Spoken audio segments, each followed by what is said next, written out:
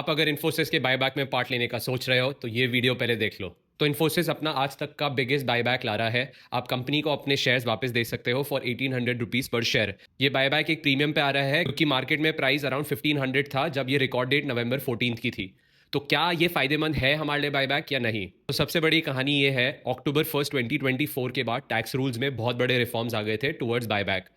हुआ ये था कि पहले जब एक कंपनी बायबैक लाती थी तो जो सारा टैक्स होता था वो कंपनी को भरना पड़ता था और वो अराउंड 23% का होता था। और अब बहुत बड़े चेंजेस आ गए हैं। कंपनी को अब कोई बायबैक में टैक्स नहीं देना होता, टैक्स देना होता है अब इन्वेस्टर को।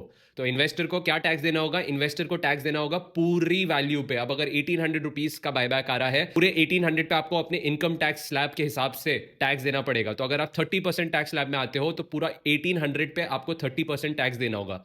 बस उसमें होगा क्या, जिस वैल्यू पे आपने शेयर्स खरीदे हैं, लेट्स से अगर आपने 1500 पे खरीदे हैं तो वो 1500 एक कैपिटल लॉस माना जाएगा और वो depending upon short term capital loss है या लॉन्ग टर्म कैपिटल लॉस है, वो 8 ईयर्स तक आप कैरी फॉरवर्ड कर सकते हो।